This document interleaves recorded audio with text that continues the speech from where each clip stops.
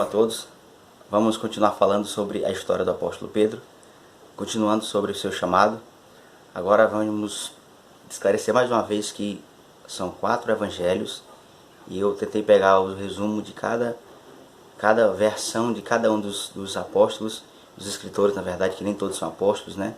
E coloquei junto para escrever a história do apóstolo Pedro. Começando com a história do peixe, que quando Pedro estava em Cafarnaum com o mestre, homens chegaram para Pedro e perguntaram: o vosso mestre não paga imposto?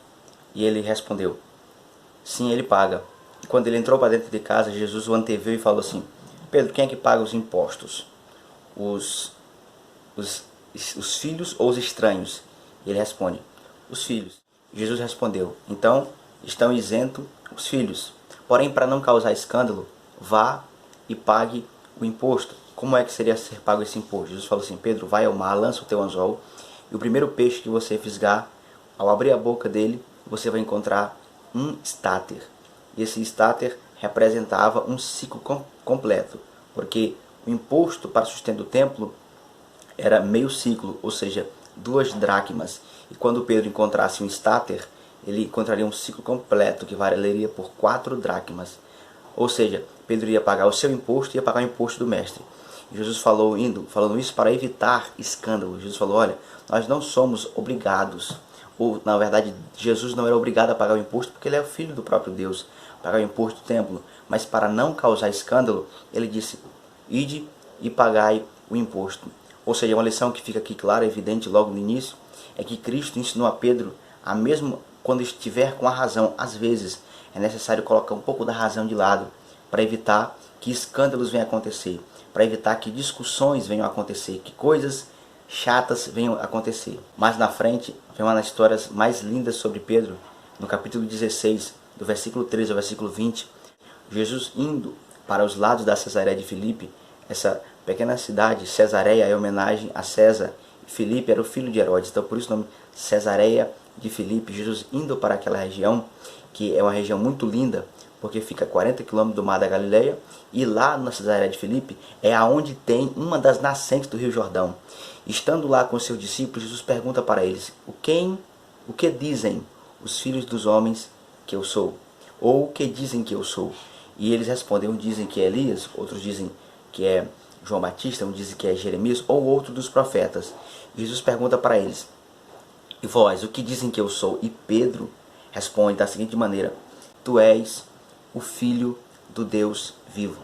E o que se sucede na narração da história, apenas Mateus escreve, quando ele fala: bem-aventurado Simão Barjonas, porque não foi carne e nem sangue que te revelou, mas o meu Pai que está no céu. Tu és Pedro, e sobre esta pedra eu edificarei a minha igreja, e as portas do inferno não prevalecerão contra ela. E ele continua: dar-te-ei as chaves do reino. O que ligares na terra será ligado no céu, e o que desligares na terra será desligado no céu. Marcos, na sua forma de escrever, no capítulo 8, versículo 27 ao 30, ele fala que depois de acontecer isso, Jesus pede para os discípulos não contar o que eles acabaram de falar para ninguém. Lucas acrescenta que Jesus estava orando antes de fazer essa pergunta para eles. E quando faz essa pergunta para eles também repetem no final da resposta de Pedro a mesma coisa, advertiu que aquilo não contasse para ninguém. Algo que fica evidente na nossa vida, procurando se espelhar com a história de Pedro, é que a importância da confissão, de reconhecer Jesus como Filho de Deus, a importância de entender que nós não estamos servindo a um ser, a uma entidade, a uma pessoa comum. Nós estamos servindo ao Deus vivo. E a confissão de Pedro era o reconhecimento de Pedro que Jesus era o Filho de Deus, ou seja, Jesus era o Messias, porque Cristo e Messias têm um significado muito parecido no grego. E Deus, através de Pedro, mostrou aos discípulos que era necessário um reconhecimento. Então nós precisamos, como discípulo de Cristo, reconhecer Jesus como Filho de Deus. Nós, como pessoas, para herdarmos a salvação, para chegarmos a viver e desfrutarmos da salvação pós-morte, ou no arrebatamento da igreja, precisamos necessariamente reconhecer a Cristo como Senhor, reconhecer Jesus como Filho de Deus. Mas o episódio que se sucede, vem algo que nos deixa espantado. Mateus capítulo 16, no versículo 21, Jesus começa a falar para os discípulos o que iria acontecer. E de repente ele fala, é necessário que eu seja julgado, seja morto e ressuscite ao terceiro dia. E Jesus, falando aquilo, Pedro chega para Cristo e começa a reprová-lo e dizer, mestre, tem misericórdia de ti mesmo? Isso não vai acontecer contigo, isso não acontecerá. E Jesus chega para ele e diz, arreda Satanás, que cogita das coisas dos homens e não das coisas de Deus. Ou seja, o que acontece naquele momento é que Pedro não vigia, abre a sua boca e começa a se tornar, a falar a favor do plano satânico. O que é o plano satânico? Evitar que Cristo fosse à cruz, porque estando na cruz, ele morreria como um cordeiro, puro, sem mancha, sem mácula, e iria restaurar a humanidade caída, trazê-la à salvação. E quando Pedro fala isso, Pedro está compartilhando com os planos de Satanás. E Jesus fala para ele, arreda-te de mim, porque Jesus, essa forma como Jesus falou, representa o foco, a dedicação dele para que o plano da salvação, de restaurar a humanidade caída, fosse executado. No Evangelho de Jesus Cristo, segundo escreveu João no capítulo 13, conta que Cristo, enquanto estava com os discípulos, os amou de forma muito intensa. O texto sagrado fala que antes da ceia, esse texto ele é paralelo com o próximo que eu vou falar de Lucas, porque é durante a ceia, da festa dos pães asmos, Jesus cinge-se da sua toalha, cinge da sua roupa de cima, pega uma toalha e chama os discípulos para lavar os pés dos discípulos. Mas quando chegou a hora de Pedro, Jesus ia lavar os pés de Pedro, ele fala, mestre, tu lavar os meus pés? Jesus fala, Pedro, se eu não lavar os teus pés, você não tem parte comigo. E Pedro responde, então Senhor, não só os pés, mas as mãos também, e a cabeça também o Senhor lava. Mas Jesus fala, olha Pedro, tu já se banhou, já estás limpo. Para quem já está banhado, só os pés basta que sejam lavados. Jesus falou, vocês estão limpos, mas nem todos. Ou seja, Jesus já estava falando sobre o traidor que iria traí-lo. Jesus perguntou aos discípulos se eles haviam compreendido o que tinha acabado de acontecer. Jesus fala, olha, vocês me dizem que eu sou mestre. Dizem bem, eu sendo mestre, faço isso com vocês, como exemplo, para que vocês façam também. Ou seja, Jesus aqui dá um grande exemplo de humildade. Dele, como mestre, servir os seus discípulos, deixando-nos uma das maiores aulas de humildade, de servir. Aquele que é mestre também pode servir. Aquele que é líder também pode servir aos seus irmãos. É uma aula de humildade, uma lição de humildade para nós que estamos em Cristo, que nos espelhamos em Cristo como cristãos. Vem a parte da comemoração da Páscoa. Jesus vai cear com seus discípulos e pede para o discípulo preparar a ceia.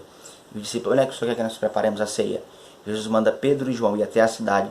Chegando na cidade, eles encontrariam um homem com um cântaro com água na mão. Jesus pede para que eles sigam esse homem até aonde eles entrarem. Quando entrasse dentro da casa e perguntasse ao dono da casa, olha, falasse para o dono da casa, o mestre quer cear com os discípulos. E ele pergunta onde é o local que ele vai fazer a ceia. E Jesus falou, olha, ele vai mostrar um lugar para vocês espaçoso e mobiliado. E do jeito que os discípulos ouviram do mestre, foi assim mesmo que aconteceu. Estando à mesa com os discípulos, Jesus fala, tenho desejado ansiosamente cear convosco. Levanta o cálice da graça e diz, parti entre vós também. E toma o pão e também da graça. Ele fala, esse pão representa o meu corpo. E o cálice representa o sangue da nova aliança, que é um texto muito conhecido para os cultos de Santa Ceia. Mas Jesus fala, a mão do traidor está comigo para me trair, para se cumprir as escrituras, mas a daquele por quem o Filho do Homem for traído. Primeiro eles perguntam quem dentre eles talvez fosse o traidor. Segundo, acontece que eles começam a indagar entre si quem dentre eles era o maior. Jesus explica, olha, os reis da terra dominam sobre os povos dessas terras, mas vocês estão diferentes. Quem é o maior, o que está à mesa ou o que serve?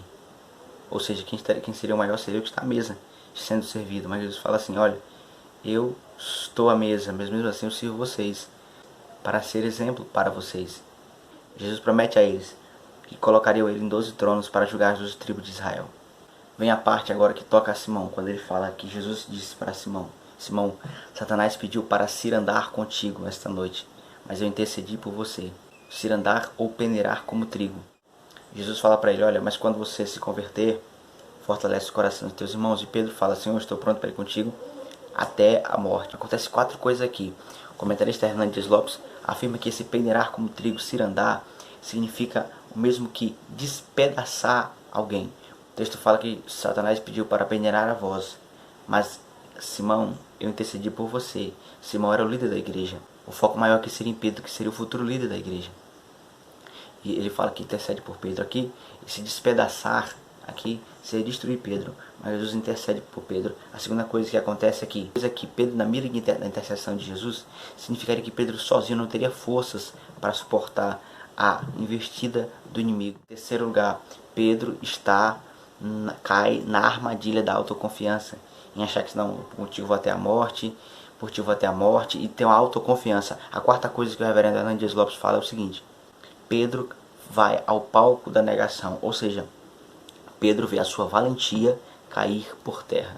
Jesus, continuando descrevendo, João narra escreve que Jesus dá para eles um mandamento novo e fala para ele: amai-vos uns aos outros como eu vos amei. E fala em seguida: eu vou para um lugar e vocês não podem ir. Pedro: Senhor, por que eu não posso ir com o Senhor? Se eu vou contigo, até por ti eu daria a minha própria vida. E Jesus fala: darás a vida por mim? Eu te digo, não te cantará o galo até que me negue 3 vezes. Como eu vos falei, os evangelhos sinóticos, eles têm as histórias parecidas. Vem a parte do Getsemane. Marcos narram que essa fala de negar a ele, ela acontece no jardim do Getsemane, usando a expressão do profeta: ferirei o pastor e as ovelhas serão dispersas. E Pedro, no seu tom, posso falar, arrogante, diz assim: ainda que todos se escandalizem, eu não me escandalizarei. E Jesus fala, segundo a ótica de Mateus e Marcos, que eu falei a ótica de João, agora de Marcos. E Jesus fala agora para Pedro: olha, antes que o galo cante, tu me negarás 3 vezes. Pedro responde no capítulo 26, no versículo 31 ao versículo 35, quando fala: olha, ainda que sejam as pedras de tropeço para todos, não serás para mim. Mateus, no capítulo 26, do versículo 36 a 45, Mateus descreve que Jesus chama os discípulos para orar. Chamando os discípulos para orar, deixa-os à parte e chama para perto de si Pedro, Tiago e João. E indo vigiar, e indo orar mais um pouco sozinho, Jesus fala: Senhor, se possível, afasta de mim esse cálice. Mas quando ele volta, eles os encontram dormindo. E ele fala para Pedro: Pedro, nenhuma hora pudeste vigiar comigo? E isso acontecendo, mais uma vez ele vai orar e faz a mesma oração: Senhor, se não for possível, Senhor, eu quero que seja feita a tua vontade. E volta de novo, eles estão dormindo, e ele fala com ele: vigiai e orai.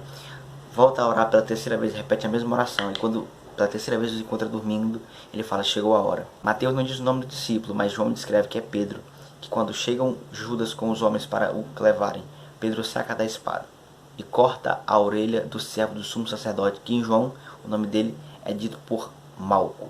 Jesus ordena que Pedro coloque a espada na bainha e pergunta a Pedro: porventura não beberei eu do cálice que meu pai me deu?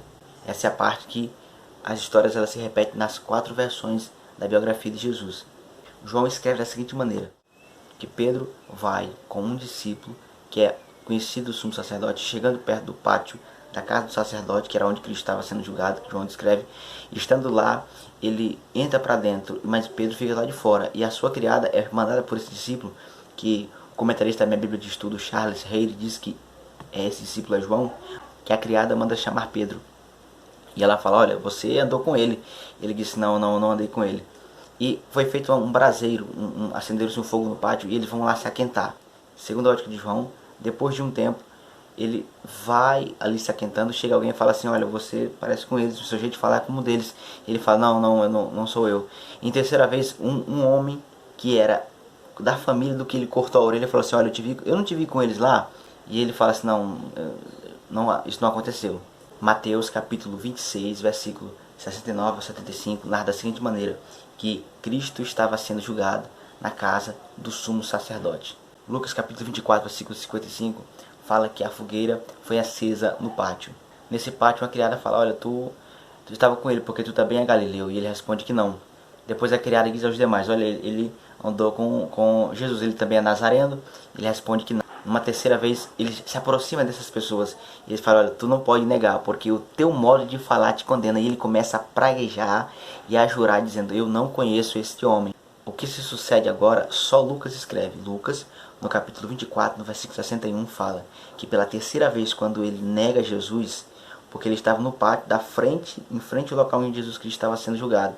Quando ele nega pela terceira vez, o Senhor olhou para Pedro. Olhar de Jesus, no olhar de Pedro. Olhou para Pedro. E Pedro se lembrou do que Cristo falou: olha, antes que o galo cante, tu me negarás 3 vezes. E o texto fala que ele chorou amarga. Isso aí todos nós conhecemos. Jesus é condenado, é crucificado, morto, sepultado por José de Arimateia, mas ao terceiro dia ele ressuscitou. Marcos escreve que Maria Madalena, Salomé e Maria, mãe de Tiago, vão até o sepulcro. Quando chegam lá, encontram um jovem vestido de branco. Esse jovem fala assim: olha, vocês estão procurando Jesus? Pois é, ele ressuscitou. E ele vai adiante de vós para Galiléia. Dizei aos seus discípulos e a Pedro. Olha, e a Pedro. Depois fala que Jesus se encontrou também com Maria, apenas com Maria Madalena. E Maria fala com eles, mas eles não creram. Encontra uns no campo, fala com eles, e eles contam aos demais, mas eles não creram que Jesus havia ressuscitado. E quando Jesus aparece a todos, Jesus censura a incredulidade deles. No livro de Lucas, capítulo 24, fala que após Maria Madalena avisar os discípulos que ele havia ressuscitado, apenas um discípulo vai ver o túmulo vazio. Quem é? Pedro. Que descreve ainda no capítulo 24 que Jesus aparece para os discípulos no caminho de Emaús. João descreve o encontro de Maria Madalena com Jesus. Depois, João descreve no capítulo 20, do versículo 11 ao 31, que ele também aparece com a ausência de Tomé. E o terceiro encontro, Jesus, que é a parte que eu mais gosto, que é quando Jesus se encontra com seus discípulos na praia. Havia 7 discípulos que estavam na praia. E Pedro fala: olha, eu vou pescar. E de repente eles dizem: se tu vai pescar, eu também vou pescar contigo. E quando eles estão pescando, eles trabalham até a madrugada e nada apanham. De repente aparece na praia Jesus, fala assim: vocês têm alguma coisa para comer aí? E eles respondem: olha, não apanhamos nada. E Jesus fala: olha, lança a rede do outro lado. Quando eles lançaram a rede do outro lado, a rede veio cheia de peixes. E o discípulo a quem Jesus amava, João escreve assim, que é ele mesmo, né? João fala assim: Pedro é o Senhor. Pedro, depois de haver chorado amargamente, 3 dias Cristo morto, decepcionado, triste, frustrado. A parte que eu mais gosto é que Pedro agora ele vai se levantar e vai pôr a sua roupa, porque ele estava desnudo. Estava pescando, quando se pesca geralmente fica com pouca roupa por causa do peso da roupa. Veste a sua roupa e vai nadando até o encontro do mestre. João descreve que a distância em que os outros ficaram e foram no barco mesmo era quase 200 côvados, medido 200 vezes 0,45, que é a medida de centímetro padrão do côvado, dá quase 90 metros. E Pedro saiu nadando quase 90 metros ao encontro de Jesus. Depois de chegar em terra, os discípulos não tinham coragem de dizer assim: quem és tu? Porque sabiam que era o Senhor. Biblicamente agora, acontece que Jesus chega para Pedro, depois de terem jantado, pergunta: Simão, filho de Jonas, ama-me mais do que estes? E ele responde: sim, Senhor, tu sabes que eu te amo. Vou perguntar a segunda vez: Simão, filho de Jonas, tu me amas? E ele responde: Senhor, tu sabes todas as coisas, tu sabes que eu te amo. Ele fala: apacenta meus cordeiros. A terceira vez, quando ele pergunta: tu me amas? Pedro se entristece. Vou perguntar pela terceira vez. Ele fala: Senhor, tu sabes que eu te amo. Jesus fala: olha, apacenta as minhas ovelhas. Ele fala: quando tu era moço, tu se cingia, tu ia para qualquer lugar. Mas quando tu estiver velho, tu vai para lugares que você não vai querer ir. Ele fala: Pedro, segue-me. A gente aprendeu muita coisa com a história de Pedro hoje. Confiar no Senhor, confessar o nome dele. Mesmo que falhando, se negarmos o nome dele, ele nos perdoa. E aprendemos que Cristo tem um recomeço para a nossa vida. Se esse vídeo edificou, deixe seu like, compartilhe, se inscreva.